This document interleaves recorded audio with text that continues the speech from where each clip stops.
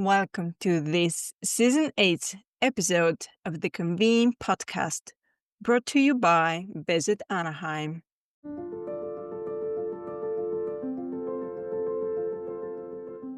What does it really mean to design for belonging, and how do we actually do it?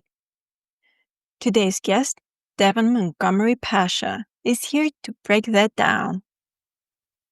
Devon is an event MC, facilitator, and experienced engineer with more than 20 years of experience reimagining how we connect through events. She's the founder of DMP Creative and the powerhouse behind the Spark method, strategically designed to ignite creativity, connection, and impact. In this conversation, we talk about empathy-centered design, asking better questions, and why demographic data alone won't help us build truly inclusive experiences. Devon shares the small but powerful shifts planners can make, and why sometimes the most radical move is simply to pause. We start now. It's so funny. Most people still, when they hear the word design, automatically go to some sort of aesthetic, like, how are things arranged or what do they look like? And how are you interpreting information in terms of design, which is a very fundamental part of it. But where I want to shift the conversation and still keep bringing visibility to is the idea that we're trying to design the experience. And when we think about design, especially for designing events, designing experiences, the best way to do it is with a visual. So if you were going to build something, you would look to an architect to make you a blueprint, right? If you were going to go, make something, you look for the directions in the Lego box. So designing is like getting that blueprint. And so how many of us just open the box of Legos and start just constructing whatever's in there, hoping it looks like what it is on the front, but with absolutely no framework of where to go? So designing is the ability to ask the questions to create the framework for the experiences that you want your stakeholders to have. In terms of designing for belonging, it's understanding what questions and what frameworks do you use in order to achieve the result of stakeholders achieving that sense of belonging at the event. And so you can design for, ADA accessibility, you can design for neurodiversity, you can design for belonging, you can design for sustainability. You can design for all of these bigger concepts. It doesn't necessarily just have to be for behavior change or specific experience quality, but you can take this concept of designing, of asking questions, of empathy frameworks, and think about how do I put together the guardrails, the blueprint. It's not the detailed final plan, it's the blueprint that allows you to understand where you want to go and have a reference to go back to when things shift throughout the planning or implementation process. Yeah, I love this distinction because I would agree with you. People just go directly into playing with the parts instead of Mhm. strategically putting them in place first. Your work centers around designing empathy centered experiences. So, what practical steps can event planners take to infuse empathy into every stage of the event design? I think it's actually a good question to remind ourselves that empathy should be a huge part of event design. And where I think a lot of our shifts are and a lot of our frictions are when we get to like the assessment part of our phase is why didn't this work? It's like this should have worked or this was a great idea. Why aren't we seeing those desired results? And maybe when you go back and we kind of look into where maybe there was a misstep or where you're not seeing the results, it's probably because somewhere along the way an assumption was made about your stakeholders or their demographics that allowed you to believe that that particular idea would shift their behavior in that desired direction. So, when you think about empathy centered approaches, it's being able to take yourself out of the equation and to ask a lot of poignant questions to really understand where people are coming from. And that could be for every single stage. I had another great teacher and colleague who used to use the term sit in the attendee's chair. And that was both mentally and physically. Like, have you walked through the physical space to figure out, wow, if we use that set of bathrooms, that's actually a quarter mile in the opposite direction from the breakout that we're sending them to. This feels like a disconnect. Or, if you sit in their chair metaphorically and you're going through the system, if you're going through the invite process, if you're going through the content that you're offering, does it hit that person? Does it make an impact? Does it speak to something that they need?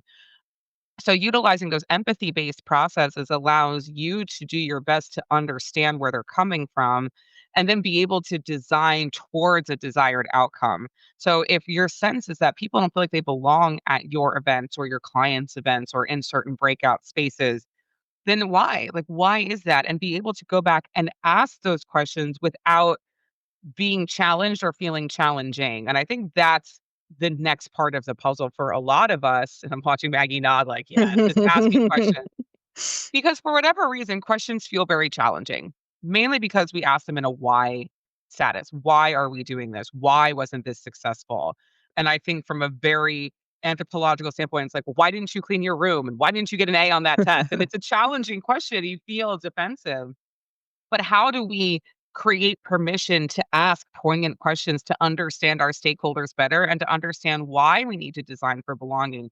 What benchmarks haven't we hit? What KPIs are we not seeing success on? Are we not raising funds? Are we seeing a decrease in RSVPs or association membership? Like what are we missing? What is the perception of missing and how do we get there? And that sometimes is maybe an easier what and how questions are sometimes a little bit more gentle on the brain than why questions.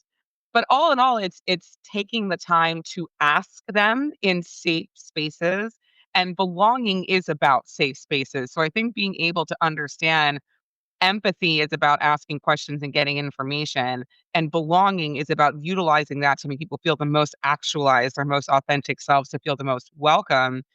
I think where the conversation goes is how do we get permission to ask as many questions as possible without feeling challenged or being labeled as challenging? And when we can get there, I think belonging is a really easy byproduct of even empathy based planning sessions. Yeah, you said so many things. We can go in so many directions here. I feel like such a nerd right now. I'm like, I'll go on my soapbox. I'm like, let people ask questions. It's important. No, that's true. You touched on demographics, so let me grab that. So, demographics and attendee expectations are constantly evolving. So, how can event planners really ensure that all voices feel represented and valued in meeting spaces? I think the first thing to do is to think about demographics as a small piece of information, but not the most important information.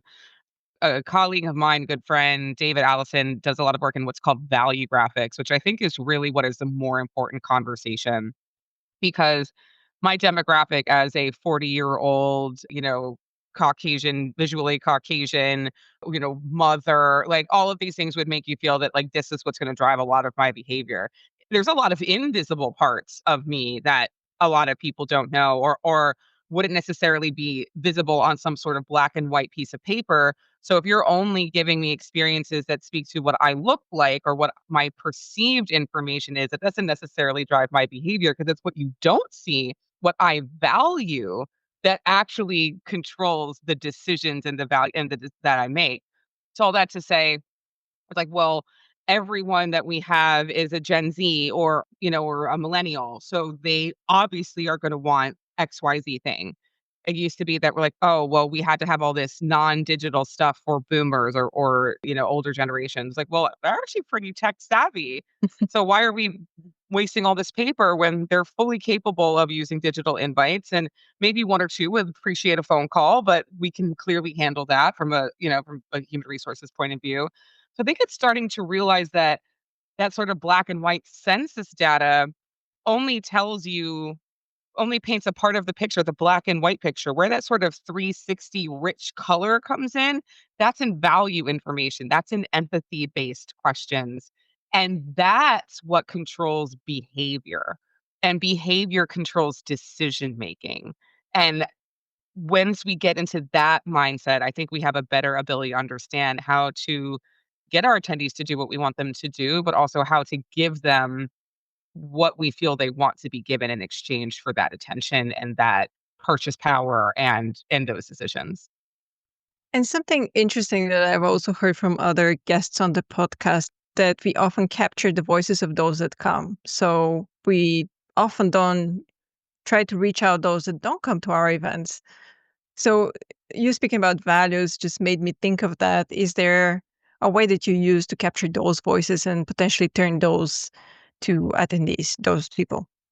As you were saying that, I know there's a proverb that says like until lions learn to write or learn to speak, that's only the hunters who control the narrative. And I think that's a very true statement for events, especially in a changing world where my time, my treasure, my dollars, my attention, all of these economy terminologies. I think especially in this terms of attention economy, it's how do you capture that and why are you capturing it?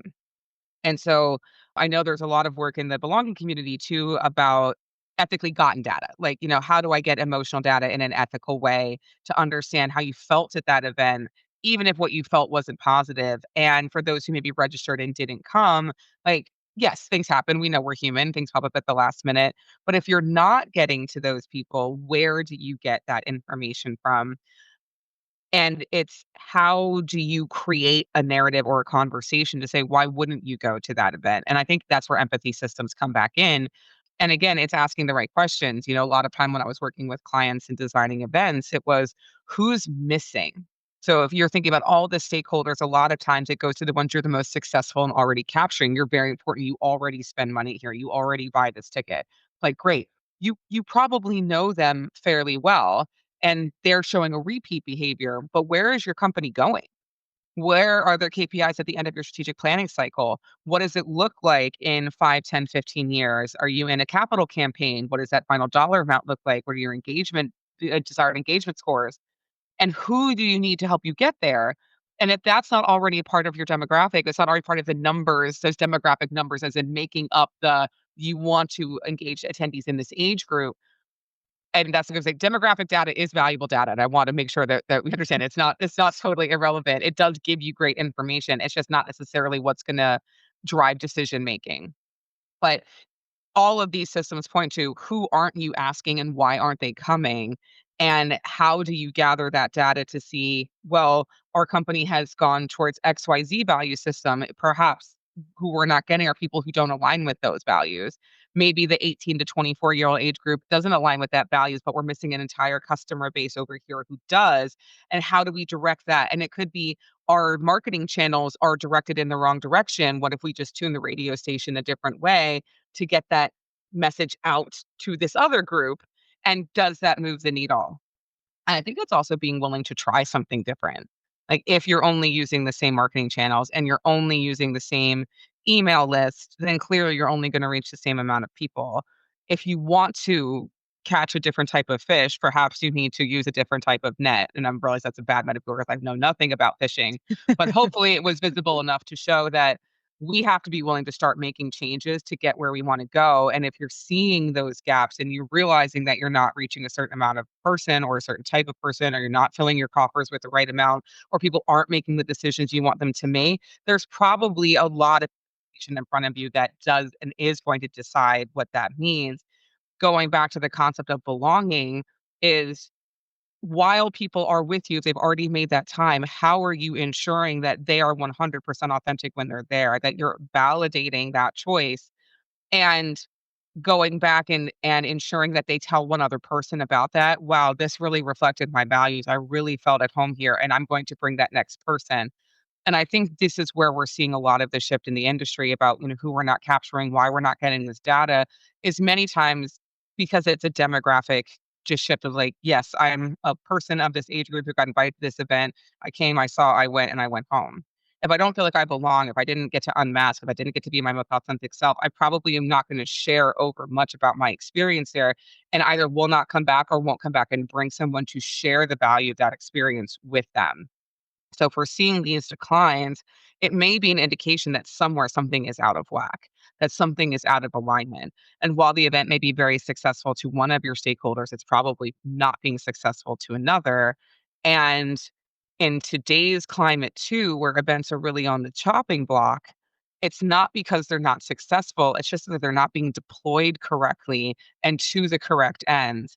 And I think now more than ever, it's so important to raise our voices to say it's not the event that's not successful, but we're using a spoon when we need a knife. So let's take a moment, let's take a beat, let's take a breath to see who aren't we reaching? Where do we need to go with events?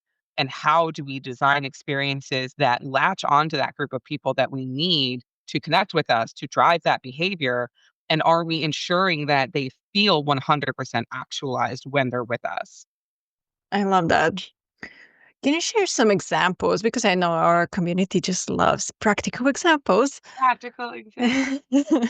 of, small but powerful design choices that make attendees feel truly included.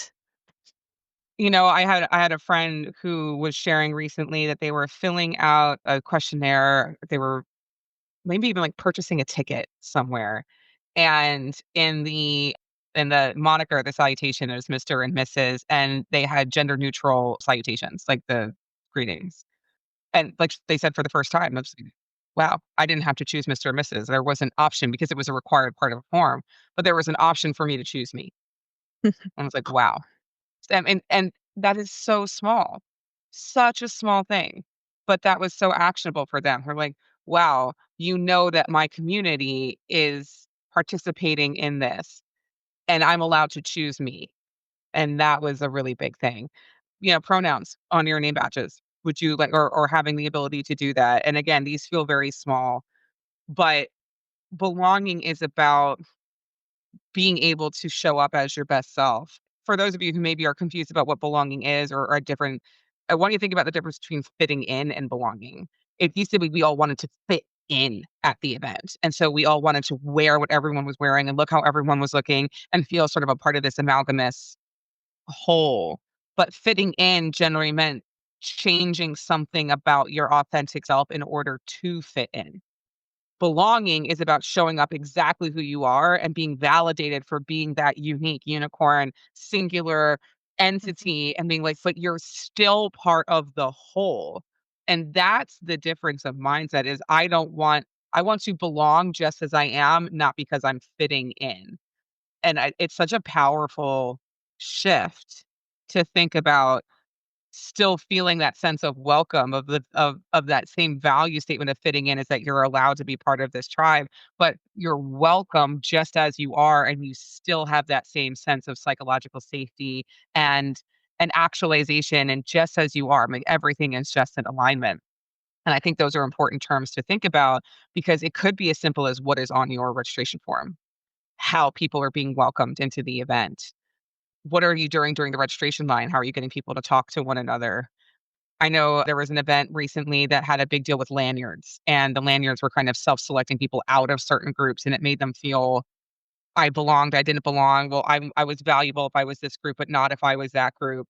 I know oftentimes at events as a speaker or a facilitator, faculty, I don't fit into a lot of certain categories, and so I'm usually the other group.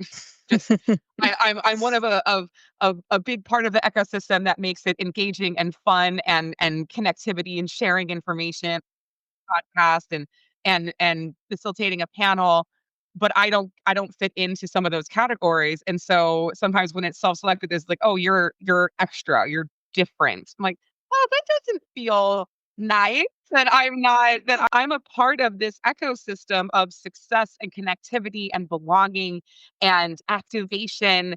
And it's like, oh, thank you for being a part of this. We're all part of this ecosystem. So let's all have the same name badge. Let's all have the same lanyard. And if you'd like to self select or add additional color to that by sharing additional pieces of what makes you you, planner, supplier, teacher, faculty, student, speaker, front of house, back of house, we're all part of that.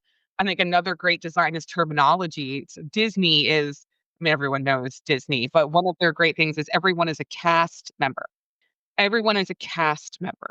So it's a great framework to feel like you belong in this we're talking a massive machine, but you're either on stage or you're backstage. Where are you a part of this cast? As in you are all important. Everything you do, there was a gentleman sweeping the street. But then he used some water and he painted a Mickey ears in front of a child, but his job was to sweep the street up. But he was part of the cast, he was part of the experience, and that gave him the power to enhance others' experiences while choosing to perform his role within the ecosystem. So these terminology shifts, these design shifts, these empathy markers are really small practical examples of how very small changes can have massive, massive impact in how people interact with your experience. From swaying palm trees to sun-kissed venues, Anaheim offers an inspiring Southern California backdrop for your next corporate meeting or major convention. Anaheim is home to the largest convention center on the West Coast, a walkable campus, flexible modern venues, top-tier hotels, and authentic local experiences. What truly sets Anaheim apart is its inclusive spirit. Here, all attendees feel welcome. Plan your next gathering in Anaheim, a destination built for connection.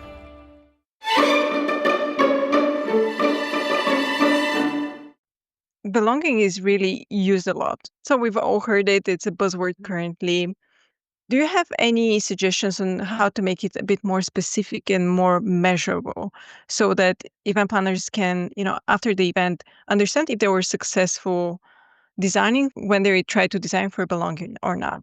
Yeah, I think when you're designing for belonging, it should be belonging is a general term. It's like saying someone felt good at your event or someone felt actualized. That was a great word before. We think about Maslow's pyramid, right? We think about, you want to get through all of these different pieces, and at the top you were actualized. And in your actualized state, you were the most impressionable, as in I didn't have to worry about my psychological safety, my physical safety, my health, my hunger, my happiness, belonging being a huge part of that to get to this point of being actualized, because then I could learn what I wanted to learn. I could get the skill I wanted to get. I could get an attitude shift. But if you're worried about what's happening lower down on the pyramid, you can't actually achieve this perfect headspace. But when you want to say something you're designing for belonging, it may be more helpful to narrow the focus and then create a metric around that particular focus. And I think that goes back to what are you trying to shift in the event? And then how can you measure that small shift? And I think, to be honest, Rome was not built in a day, friends. We're not going to be able to design for belonging and throw everything at it and make a miles and miles of changes unless you're creating a new event, in which case all the power to you. You can take the time and measure however you want to measure. But if you're starting to turn the ship to right size for this, what metrics weren't you hitting before? Or what gave you the impression that there wasn't a sense of belonging? And if you have that data marker, what would be an increase or a shift? How would you tell? And that goes back to understanding what data is. So, data is two parts. And a lot of us forget that data has two parts. So, a lot of people like quantitative data, the one with the N in it. So, N to me is numbers. We saw an increase of attendance by 15% over 5 years, or we're seeing a decrease year over year with expenses growing. So, our revenue is going down. Like numeric data, lots of numbers and graphs and shifts. And there's a lot of people who like to crunch data, and they look at success in terms of these specific shifts and numbers. If we had no idea that the pandemic happened, right? If that was not written anywhere, if that wasn't in anyone's mind or story, and we just looked at numeric data for events, 2018, 2019, and 2020, and there was no qualitative story, be like, what the heck happened to the events industry in 2020? Because something clearly happened to shift numeric data in a severe fashion. But if no one knew the story, it would just look like everyone had a very failed year. Like everyone completely, except for maybe Zoom and QR codes, who somehow just, they had a great year ever. We all used to joke that QR codes were totally on the way out and no one loved them. And all of a sudden, QR codes are like, we're back. The point is that without the qualitative data that helps to tell the story of the numbers, that they're not, neither of them are whole without the other. And so when you're looking at data for your events, when you're getting assessment, when you're trying to figure out where you want to go, why do you need to make shifts? It's important to remember both pieces of the data and then try to design experiences that can shift away from that behavior towards what could be determined to be a better behavior, and then figure out how to measure for that. Also, keeping in mind that not all data is immediately available. For belonging, especially, for adding more play, for understanding emotional data, for understanding do people have enough choice at your events, but with control. It's not going to be great. Everyone takes the survey, as we know everyone takes your survey, and you're going to have everything in 3 days time and know if you're successful. But it could be, you take a data set when the event ends, you take a data set in 3 months, you take a data set in 6 months, and it could be then you're able to assess over time if the behavior change you are seeking, if that shifts in the positive direction. And maybe you just have to take it at micro moments in order to build the case for change or not. So I realize a lot of this is answering sort of questions with more information than black and white, but what we're talking about is not black and white. What we're talking about is not binary. And we need to have permission to say, just because you want black and white hard data, that doesn't mean I have the ability to give it to you. I need to give you a story. I need to give you a report that has two data sets. I need there to be an understanding that just moving the event from Vegas to Timbuktu is not the great savior that's going to shift everything. It may be a combination of changes over time, and we may see and have to build over time, year over year, to get to desired points. And that's conversation the industry has to have too, generally in the event sector versus maybe people in organizations who aren't in charge of events but are in charge of budgets or bottom lines or HR or purchasing, or they need to be included in the conversation to understand just because the event didn't do XYZ, it's not necessarily the event's fault, but it could be that it's not being deployed correctly as a tool, and time needs to be taken to assess where the shift is going. If Ford or Nissan or Honda makes a car and it doesn't sell immediately in 10 days, they don't just scrap the car. They look at the car sales over time. It may take them a year or 2 years to decide not to make that model again and to shift and go in a different direction, but they take the time to get the data. So as event professionals and companies and corporations and not-for-profits and associations who use events, it's important to realize that it is that same time period, but also needing to have permission to say this isn't working. We need to be able to change the model. Like maybe we do need to do something different. So we need to be able to have those same rules apply both directions. Storytelling when it comes to delivering data and the stats is so much more. It feels just nicer, right? You get it better. Absolutely. It's not like you have to just look at hard numbers, but yeah, you just accept the numbers in a different way. So if people are not doing it, I'll just ask why. Like, why? Or, and again, if why doesn't get the answer because people go like, why are you asking me that? And they get defensive. It's like, what does this tell you? What is your initial interpretation of this data? Like, oh, okay. Or how could we pivot to get more people at this event if this user experience is successful, or this city really resonated with our attendees? How can we continue to grow in 2 years to keep this as a baseline, but then take additional steps? Like, okay, the city change worked for us. Where else were we kind of lacking? And can we add the city plus something and see what that does? I remember as kids, we did science experiments and it was like X plus Y. That had a certain reaction. What happens if it was X plus Z? Is that a reaction? You got to try things. You got to report back and say, I learned something from trying different combinations. And yet in the events industry, this is how we've always done it. You can't change. Things aren't working anymore. Do the exact same thing, but get different results. And some of us in the events industry would just also in the back of my mind while we all laugh at the stat that event professionals is like more stressful than, cardiovascular surgery or something. It's for that reason. We want different human behavior to get different results. At the same time, we're telling you, you have to do more with less, make no changes to how we've always done it, but get completely different results, but only invite the same people. Oh, and be magic. Oh, and by the way, you don't need to sleep or eat. And it's like this amazing combination of factors. And we go home at night and figure out, maybe we all should have gone to Hogwarts or something because clearly we need to be wizards to figure out how to achieve that.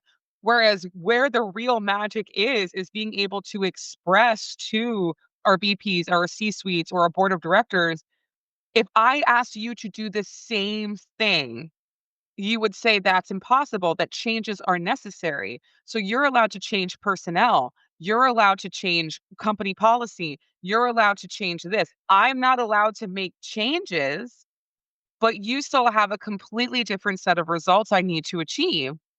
So it's one of two things need to happen. Either we make no changes and you deal with the result because that's the confines that you've put on me, or I am given the leeway to make changes, and I can keep you apprised of the why based on the data I'm using to make them, and we have an agreement about how and what to track to assess if these changes were successful. Either way, we learn something and we'll continue to at least move the ship in a different direction versus letting it stay stagnant and see what happens. Speaking of this, if listeners take away just one key action to make their events more inclusive and belonging focused, what should it be? One simple action. One simple action would be pause. And I think that's the first most simple and probably the hardest step to take, but it's to pause. Because in this world of uncertainty, budget cuts, layoffs, raising costs, supply chain costs, eggs are crazy expensive again, which is going to happen every 2 years, disparity in spending. Like it's there's so much uncertainty. And yet the event professionals in your life are being told to go at breakneck speed because the event has to happen year over year over year. People have RFPs out till 2028, 2029, 2030, right? Oh, and by the way, the World Cup's coming in 2026. So make sure when that massive worldwide visual multi-billion dollar thing happens that there's no disruption. No, we're fine. We're totally fine. We're literally sitting in a room on fire saying we're totally fine. And the event professionals are not allowed to pause and say, can we wait 1 second? Can we pause, look at the data, and look at our KPIs? Can we pause and think about where we want to go? Can we pause and ask a couple of questions to say, is it essential that we do this event exactly this way next year? Can we pause and look at the data? And I think that however long that pause is, or even just getting the backbone to say, I think we need to stop for a moment and we need to have a quiet conversation, a very calm, a very non-contentious, in a safe place. Say, we need to have a serious conversation with no ramification, which is what happens if we don't do this event. Because it may be that we need to take a pause in 2025 or 2026, and we really need to look at our data, and we need to look at our budget forecast, and we need to look at the economy, and we need to ascertain where does our company need to go? Where does this event need to go? Where does the association need to go? And does this serve us as it is anymore? Because if the answer is no, then don't contract the RFP for that place for the next 3 years. Save the money. The best example I can give, and this was huge, and I don't think this was talked about enough, to be honest, is Paramount sent out a missive, and they put it a lot of places that said that in 2025, they were not going to produce their largest events. So they could pause for a year to assess who is their audience, what do they want, and how can they ensure that everything that they produce is in alignment and is the perfect experience for that group. And we're not talking about like, the annual Black Tie Gala. We're talking about the Country Music Awards. Like, We're talking about the MTV Awards. I think there was 4 or 5 on that list. Those are the 2 that stood out to me. If Paramount can say, "We're not gonna do this for the sake of doing this for a year, but in 2026, we're gonna have redesigned it to ensure that this is something that reflects our core user group and our core values, and that that is in alignment." If Paramount can do it and take whatever hit that they're taking, we all probably can survive the hit and figure out how to then be successful. And it could be a baby pivot, and it could be we need to not do this event, but give us a year then to redesign it and come up with something that probably has a better chance of not only being successful, but of creating a new foundation to be successful for a more immediate future going into, out of the 2020s and into the 2030s. And I have to add, we can take the hit because we survived 2020, as you said. hmm we can survive a lot. Our part of the industry needs to start getting very loud to say it's okay to stop and pause. We're not going to have an industry left if we're the ones on the chopping block because you don't know how to use this tool effectively. It's not our fault. It's not the industry's fault. It's the driver's seat is being held by someone who doesn't understand how to drive a car. So the car manufacturers need to say, da da da da da, stop it. Read the manual. We can take you places. We can take you a lot of places, but you need to learn how to use all the bells and whistles effectively, and we'll get you where you wanna go. Was there anything we didn't mention we should before we wrap up?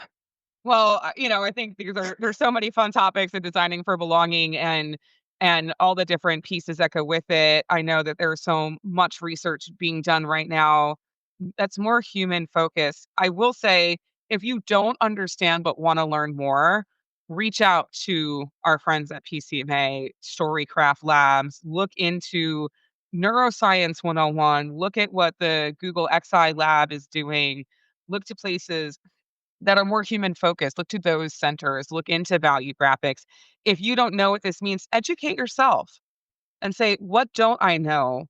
And then maybe find a way to see how to add some of that language or how to read the data in a way for you to get the full picture and just empower yourself to take some steps. And then reach out to me on LinkedIn, reach out to our friends and all of our best in class speakers and anyone in this space. Clearly, we're happy to talk about this for hours. We could do episodes upon episodes and talking about this. But I think this is a great time in our industry to pause and to learn and to ask one another and to learn from one another in a way that's not competitive, as in it's collaborative. Because clearly, when we can work together, we can survive the storms like this. When we're combative and we're not sharing this data, we're really not going to be able to move forward as a unit. And, we all chose this industry for a reason. We're all the crazy people who chose this, and we love it for a reason. I know we wanna see it survive for a reason. So let's share the knowledge together and see how we can raise our collective voices to ensure that we survive this next storm, but have the wherewithal to have the seats at the table to say, "I think we can do this a better way." Awesome. Thank you so much. Thanks, Maggie. This was so much fun. Thank you for having me. I'm happy to be a resource to you, the team, and to anyone listening at any time. Let's have a conversation.